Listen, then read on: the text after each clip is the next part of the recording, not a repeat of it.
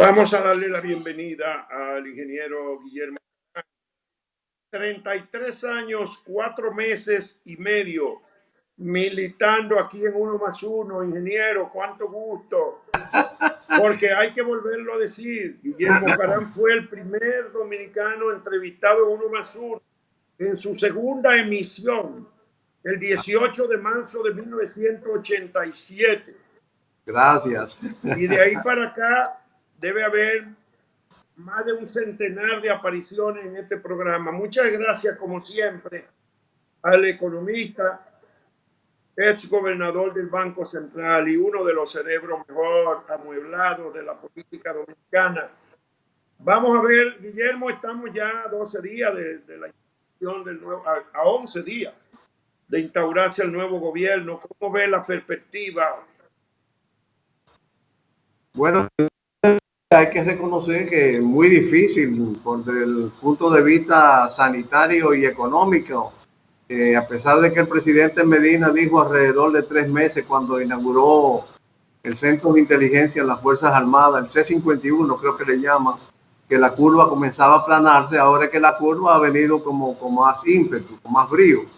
En parte por la falta de autoridad de las autoridades de imponer las propias disposiciones que y por supuesto en su vertiente económico tenemos un gobierno que efectivamente ha gastado mucho, siempre ha gastado mucho. Ustedes han dado muchos datos de lo mucho que ha gastado el gobierno, pero con una economía paralizada, una economía que apenas a cuentagotas comienza a levantarse, incluso en medio de cuestionamientos. Y hay una situación deficitaria muy alta, un desempleo tremendo. Estamos hablando de que todas las familias dominicanas, el mismo número de familias dominicanas está afectada por malas condiciones de empleo, sea por desempleo, los 300,000 que antes había, más los 300,000 que se han sumado después de la pandemia, más la informalidad en 2,700,000. Entonces tenemos una situación y una posibilidad de que el 52%, según estudio del propio gobierno, de las empresas tienen la posibilidad de que no reabran. Entonces todo eso implica un gran esfuerzo para las nuevas autoridades, que tengo la esperanza que afrontarán con la eficacia y eficiencia mayor posible. Bueno, ¿cuáles serían las primeras medidas que usted espera que adopte el gobierno en materia de económica para relanzar la economía dominicana, aunque el gobierno va a asumir el poder cuando la pandemia aún está desarrollándose y no se sabe hasta cuándo va a estar impactando? Yo creo que realmente no hay de otra, y ya el ministro de Hacienda señalado lo ha avanzado. Se necesita de reducción de gastos y de aumento de ingresos para tratar de proveer al gobierno de mayores recursos, que no tenga tantos déficits, que no tenga tantas tentaciones para recurrir a emisiones monetarias, que es lo que la urgencia empuja. Pero esas emisiones monetarias tienen efectos devaluatorios e inflacionarios. Y yo creo que esta medida para mí estoy de acuerdo con ello, con esas primeras señales que han emitido los funcionarios señalados del gobierno. En segundo lugar, se requiere una animación al sector productivo. Me parece que ha habido mucha vacilación por parte de las autoridades con relación al tema de la reapertura, mucha confusión. Incluso se ha insistido en presentar que la reapertura económica, cuando en realidad, por lo menos en el caso nuestro, que es el que nos ocupa y preocupa, ha sido por una imprudencia social y, como dije antes, una falta de autoridad de las autoridades, especialmente durante el proceso electoral, que las propias autoridades violaron las normas que ellas mismas habían dictado. Entonces, me parece que hay que ser contundente en la definición de que se necesita la reapertura económica para aumentar la producción creación de empleo y mejorar las recaudaciones fiscales. Eso sí, velando porque la reapertura económica se cumplan los protocolos correspondientes, que son básicamente 3 medidas y no son cosas del otro mundo. El distanciamiento, la evitar aglomeraciones y el uso adecuado de mascarillas. Y el sector privado yo creo que ha correspondido. Lo que pasa es que ha actuado con timidez precisamente por esas vacilaciones gubernamentales. Obviamente para ese primer paso entiendo que debe establecerse una señal importante de aproximación y de trabajo conjunto con el sector privado, que ha dado notaciones de que quiere aportar soluciones y aprovechar su potencial de cooperación. Hay un tercer paso que entiendo que se requiere, que es abordar el pacto fiscal, que puede ser una extensión de los pasos anteriores. Ese pacto fiscal está mandado por la Estrategia de Desarrollo del año 12, tiene 8 años de retraso y los gobiernos posteriores al 12, o sea, los gobiernos del presidente Medina, lo han rehuido. Aquí se necesita simplificar el sistema tributario para que las recaudaciones fluyan con más espontaneidad, para que sea más justo, para que haya menos discrecionalidades tributarias y para eliminar el contrabando. Todo eso requiere un refuerzo legal mucho mayor, que entiendo que el gobierno debería abordarlo, porque de esa forma, acompañado de una mejor calidad del gasto, podríamos tener una animación mayor a nuestra economía, proveer más empleo y satisfacer mejor las necesidades humanas. Bueno, Guillermo, ¿qué medidas específicas en lo inmediato tú crees que serán necesarias? Dicen que el gobierno necesitaría más de 200.000 millones de pesos solamente para llegar hasta diciembre por el enorme déficit que va a encontrar, por los déficits acumulados que ya el país arrastraba y por el déficit que ha generado la asistencia masiva y el gasto en salud. ¿Qué cosa específica, aparte de buscar financiamiento público en lo inmediato, financiamiento internacional será?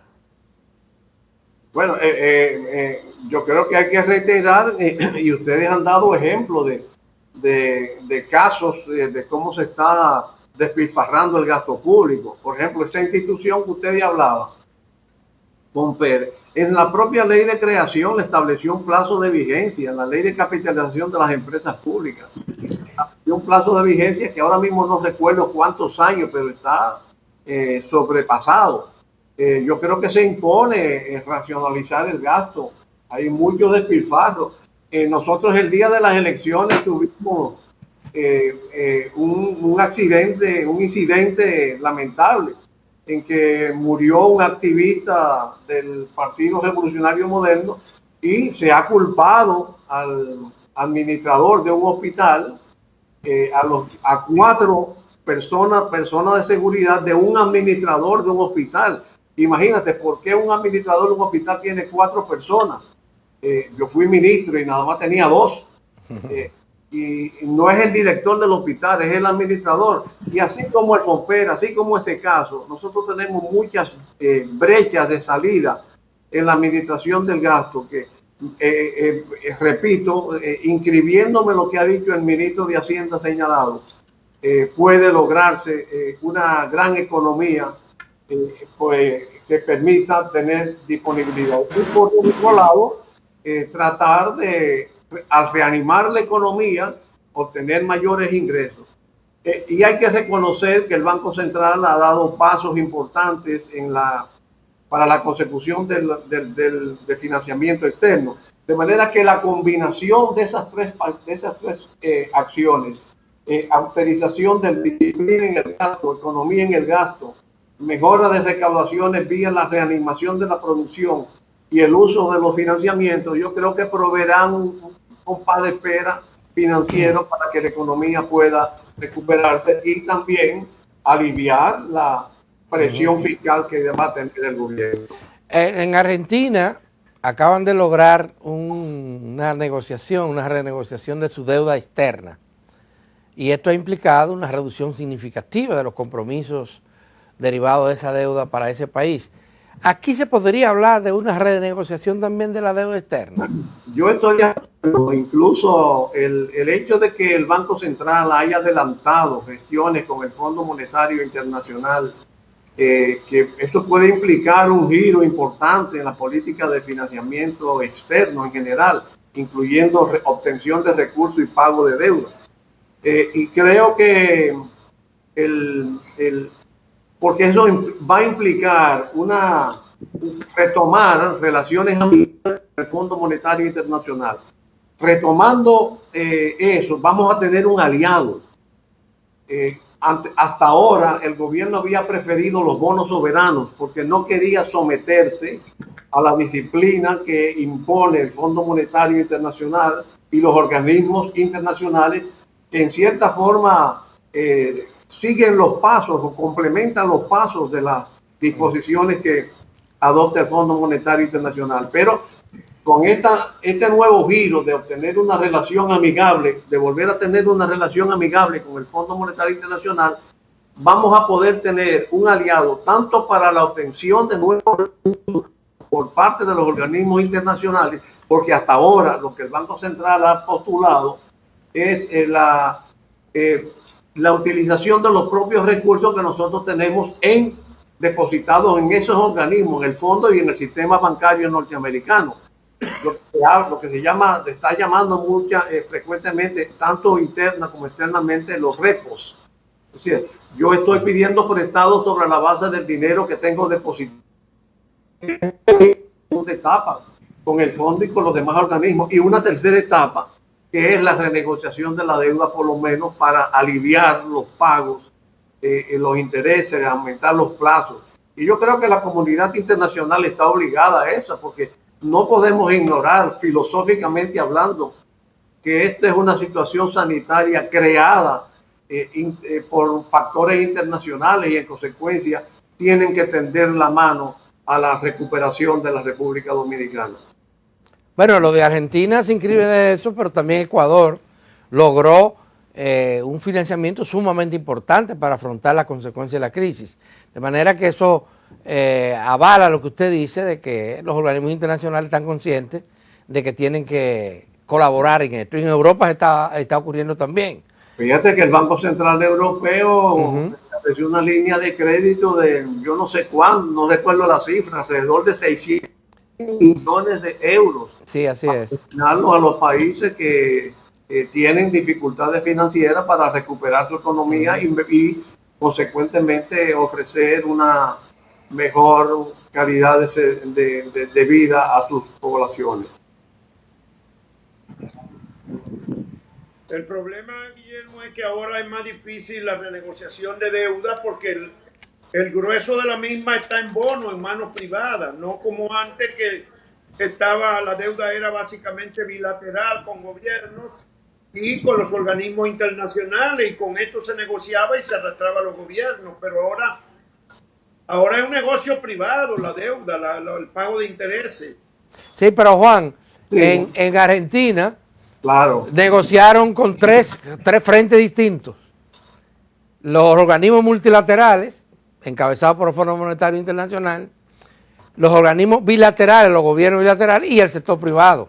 Sí, y en los tres casos, sí, lograron una reducción. Lo que pasa es que la de Argentina es tan grande que Argentina puede decir o negocian conmigo o no pago y se puñen. Eso es verdad, eso es verdad. Y entonces tienen que negociar con Argentina, como ha pasado con México y otros países de deuda muy grandes, que están obligados a negociar con ellos. Nosotros no es tan grande en términos de volumen absoluto. Por lo tanto, eso es más dificultad, ¿no, Guillermo?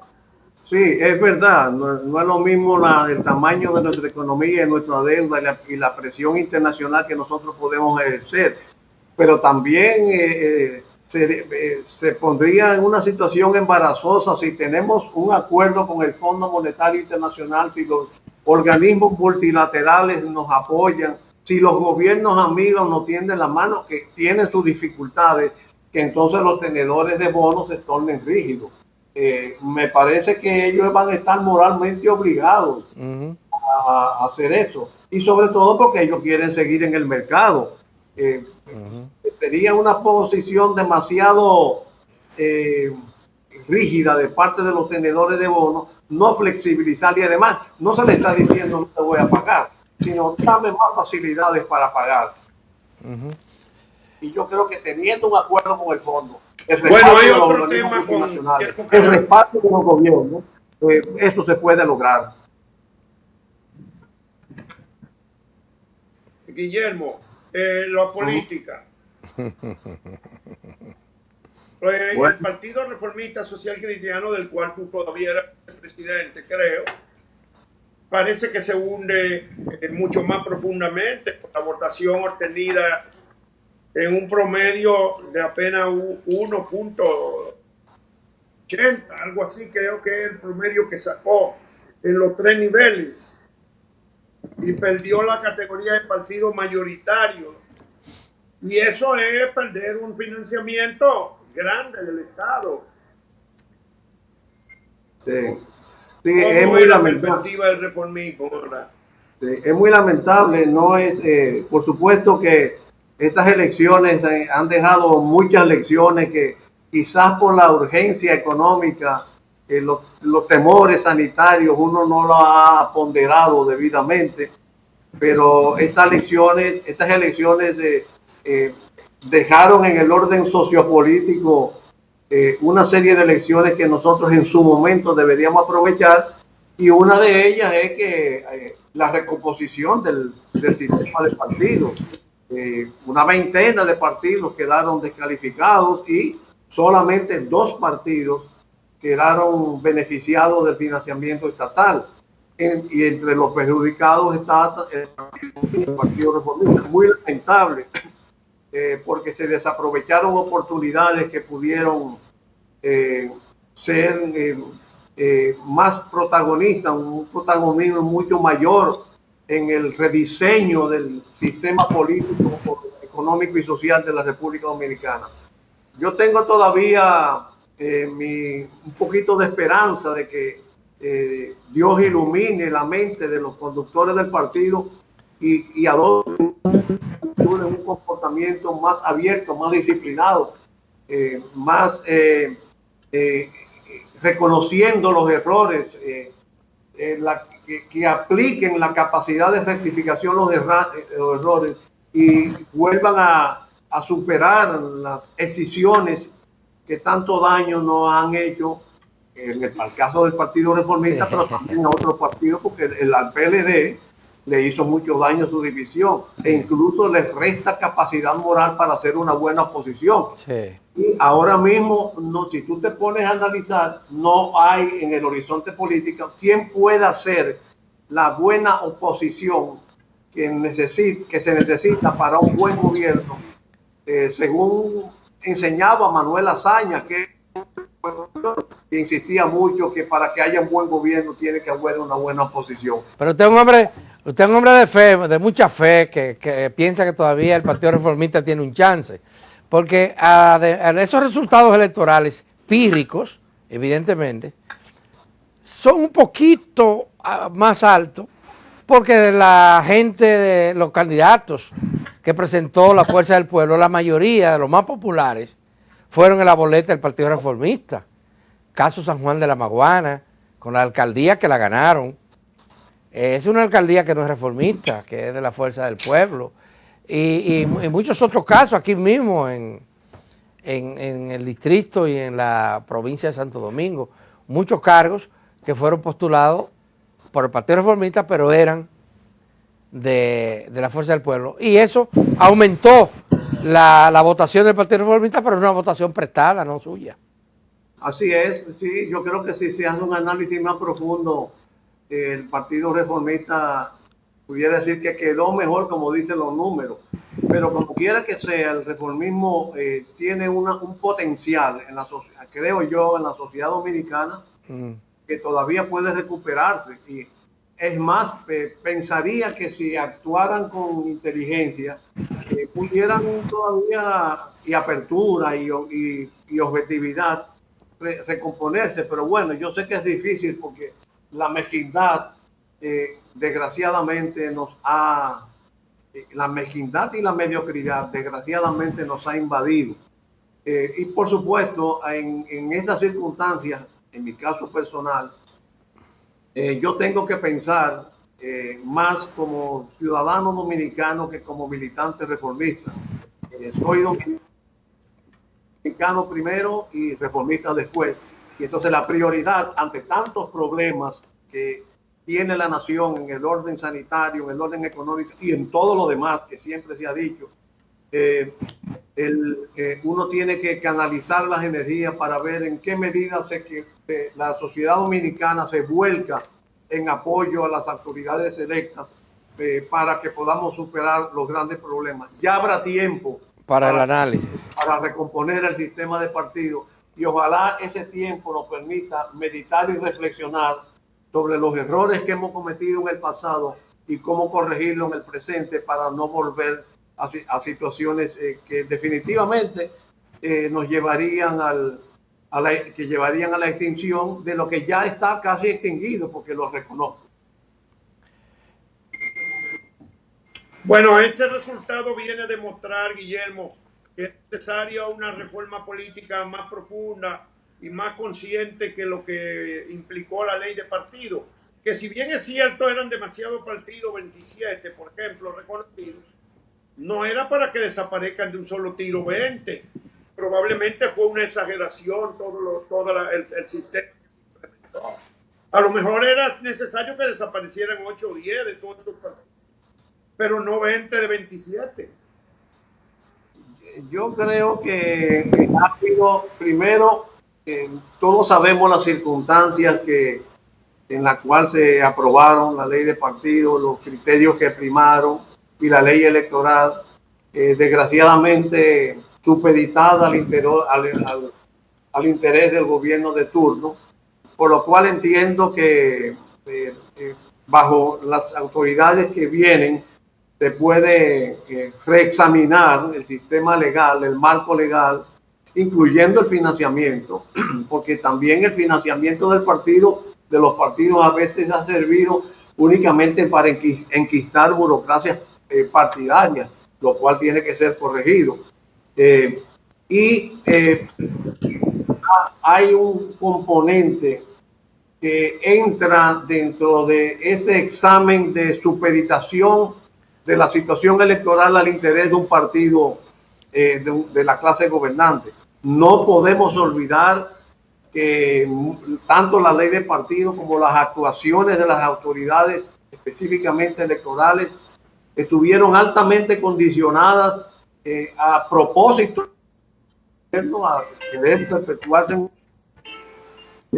y eso le hizo daño, de manera que hay que abordar no solamente la revisión de la ley de partidos, sino también cómo las autoridades electorales disponen de más responsabilidad en el cumplimiento de las obligaciones, porque muchas disposiciones electorales están en la ley y sin embargo no se cumplían, tradicionalmente no se cumplieron.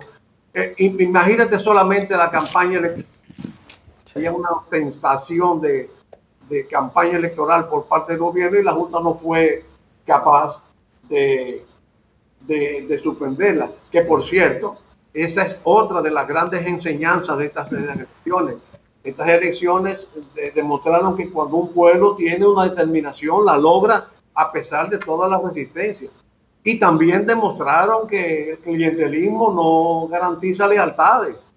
Y esa filosofía que prime en muchos gobiernos de que yo voy a tener una burocracia amplia y muchos subsidios para garantizar mi perpetuación en el poder, demostró que es vana. Entonces, me parece que es una gran lección que debemos aprovechar para el futuro. Bueno, muchísimas gracias, ingeniero Guillermo Carán, por su comparecencia y por siempre atender positivamente nuestras invitaciones. Vamos a pausar y volvemos un momento. Y mi solidaridad contigo, Adalberto, y mis felicitaciones a Bolívar por lo que suena. Gracias.